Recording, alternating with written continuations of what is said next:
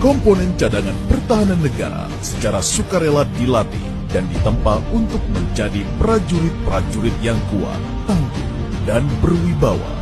Dengan mengobarkan semangat bela negara dalam penerapan sistem pertahanan dan keamanan rakyat semesta atau Sishankam rata, komponen cadangan siap dimobilisasi demi menjaga kedaulatan dan keutuhan negara Kesatuan Republik Indonesia. Penyiapan pertahanan negara yang melibatkan sumber daya manusia adalah dibentuknya komponen cadangan guna memperbesar dan memperkuat kekuatan dan kemampuan komponen utama. Kini saatnya negara memanggil segenap pemuda-pemudi Indonesia untuk bergabung secara sukarela menjadi komponen cadangan pertahanan negara. Ayo, daftarkan diri segera. Mari kita tunjukkan rasa cinta tanah air dan bakti kita kepada bangsa dan negara. Komponen cadangan terlatih, teruji, dan terpercaya. Salam bela negara. Ya, kemudian Pak, sistem kepangkatannya ada atau sama seperti di komponen utama atau seperti apa? Ada pangkat untuk membedakan komponen cadangan ini? Iya, jadi untuk kepangkatan selama melaksanakan pendidikan ada seperti itu, Pak. Ada yang menjadi komandan peletonnya, ada komandan regunya, kemudian ada anggotanya. Selama pendidikan ada. Nanti selesai pendidikan sudah ditetapkan komponen cadangan, mereka ini akan kembali ke masyarakat lagi biasa.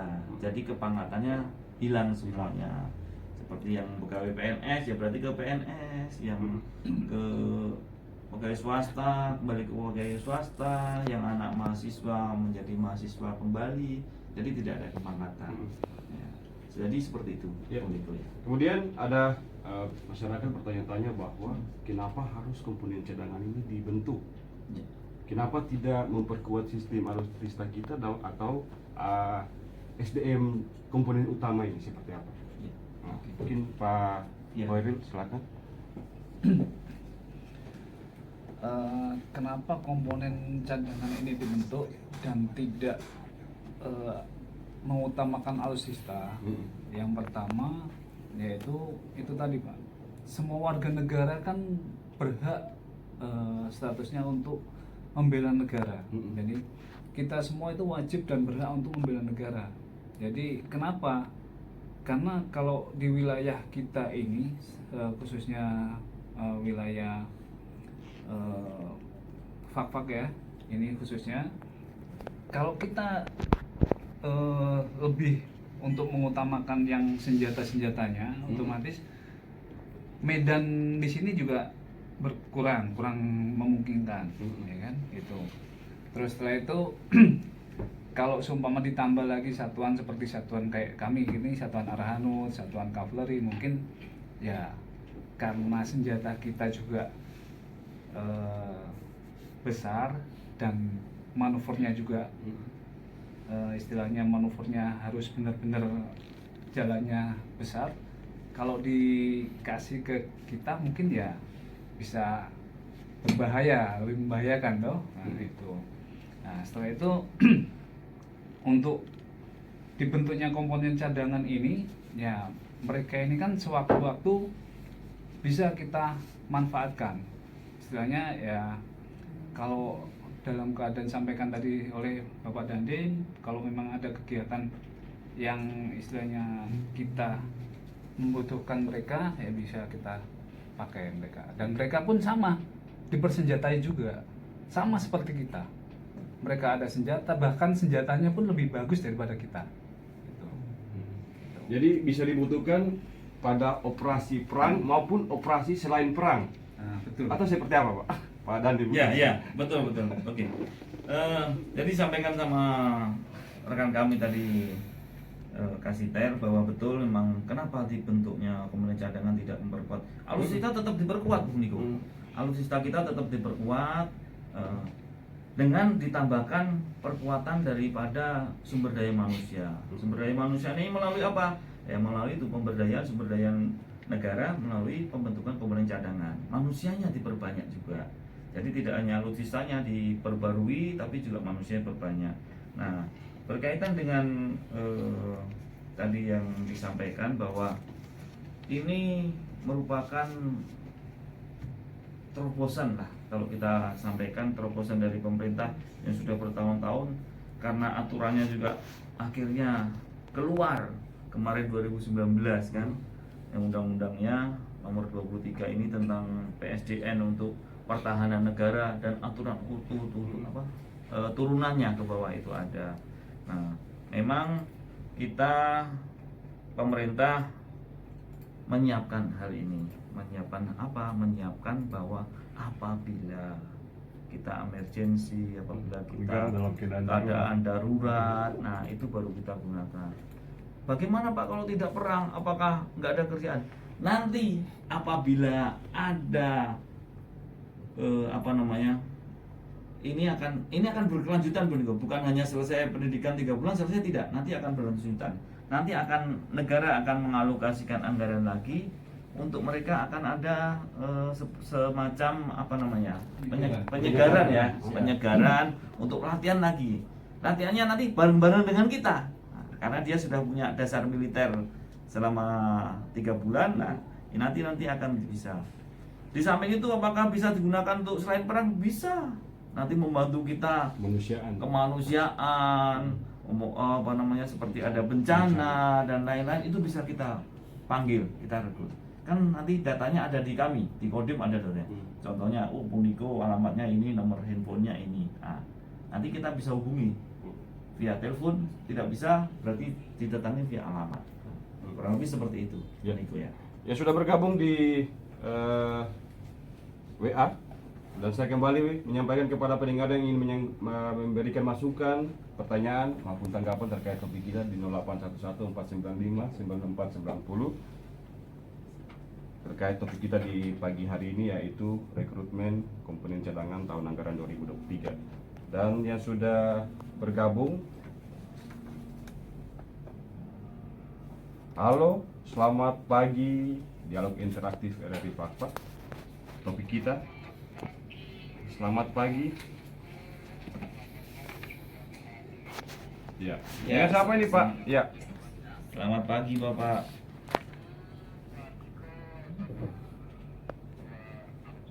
Ya. Oh ya. Pak Nasir Pagesa. Iya, silakan Pak Nasir. Ya.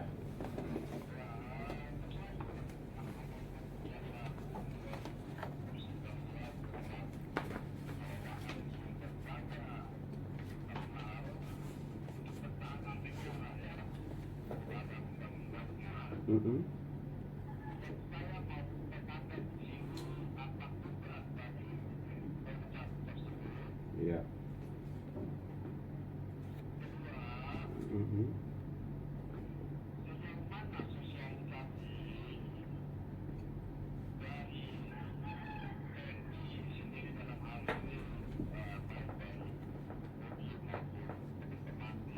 Korem.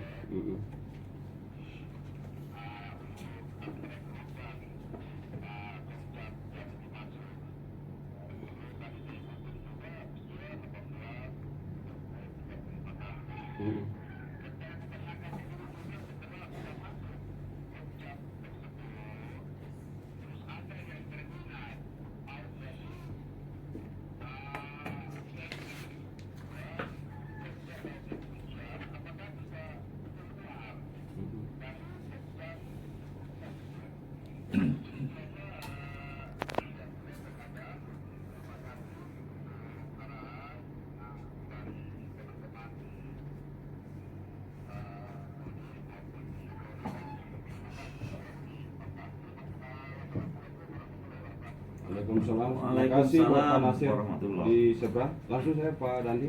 Baik. Apa tugas Komcat, dan kedua, sejauh mana sosialisasi yang dilakukan oleh Kodim maupun Korim, dan tadi yang ketiga Pak? Ya. Baik, selamat pagi Pak Nasir. Salam kenal melalui udara. Iya. Nah, kan begitu ya.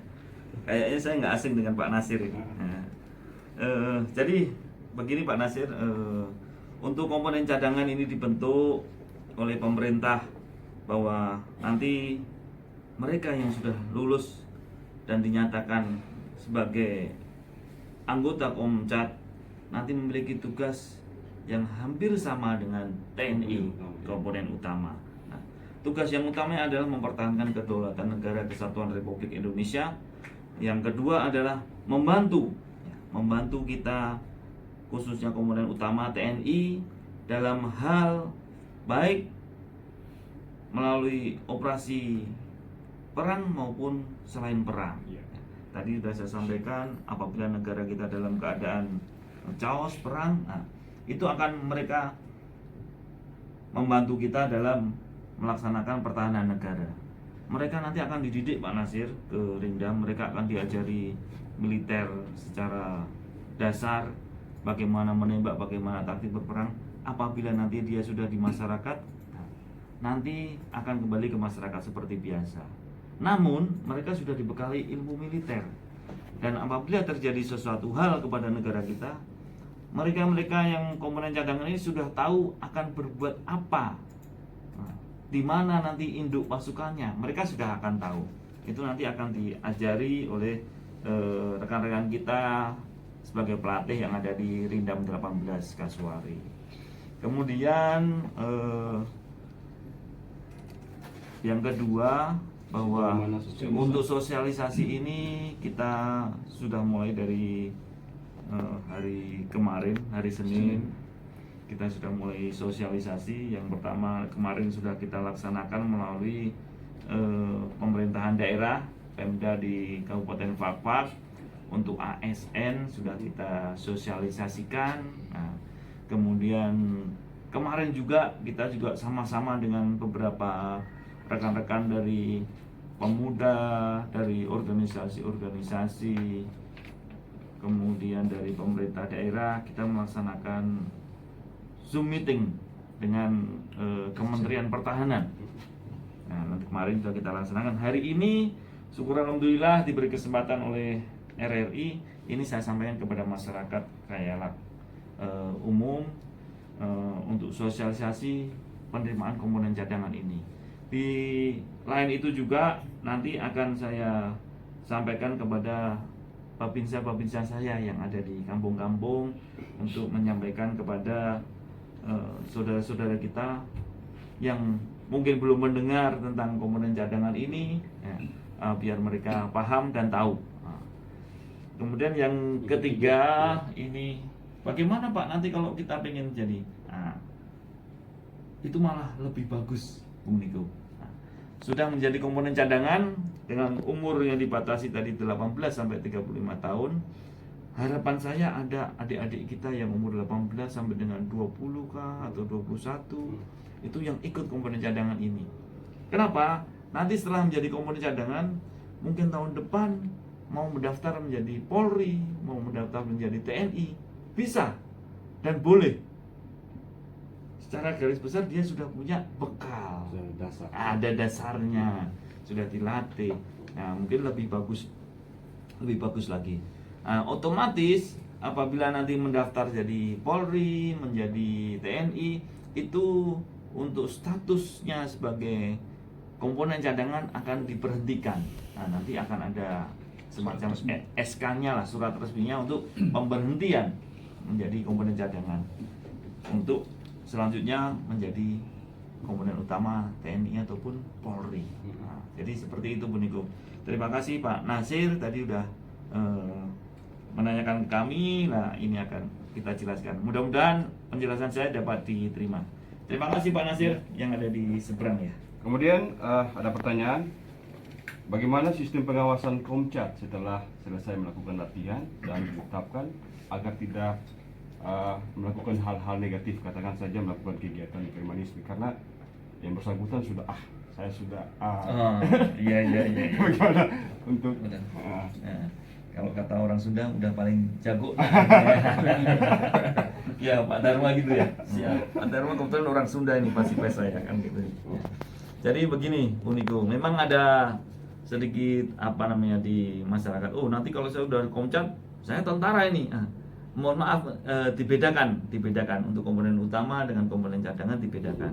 Nah, komponen cadangan nanti setelah selesai mengikuti pendidikan kembali menjadi masyarakat seperti biasa. Nah, dalam kesehariannya ini ya mereka akan bertugas bekerja sesuai dengan apa profesinya sebelum menjadi Komcat. Nah, cuman status Komcatnya tetap mereka juga nanti akan memiliki semacam kalau kita KTA ya, memiliki kartu tanda pengenalnya untuk Komcat. Apabila nanti terjadi sesuatu di masyarakat bahwa ini Komcat ini melakukan premanisme, melakukan kegiatan yang tidak sepatutnya, nah ini nanti akan pembinaannya dari kita. Ya, Dari- tahan dulu Pak Tri, kita Iya. terima penjelasan. Perkenalkan, nama saya Sohib, sekarang saya umur 27, saya asal dari Rembang. Pekerjaan saya sehari-hari sekarang menjadi guru di salah satu sekolah swasta di daerah Kabupaten Rembang. Perkenalkan, nama saya Adi Pratama, usia 32 tahun, asal dari Lanut Adi Sucipto, Yogyakarta. Pekerjaan saya sehari-hari adalah sebagai supervisor di salah satu hotel bintang 4 di Yogyakarta. Nama saya Goris Siagian, umur 34 tahun, pekerjaan wira swasta. Nama saya Taufikur Rahman, umur 29 tahun, pekerjaan sebagai dosen di salah satu universitas di Jawa Timur. Saya Fatahudin, profesi saya sebagai kepala sekolah SMA. Saya Melalui komponen cadangan. Motivasi saya mengikuti Komcat ini sebenarnya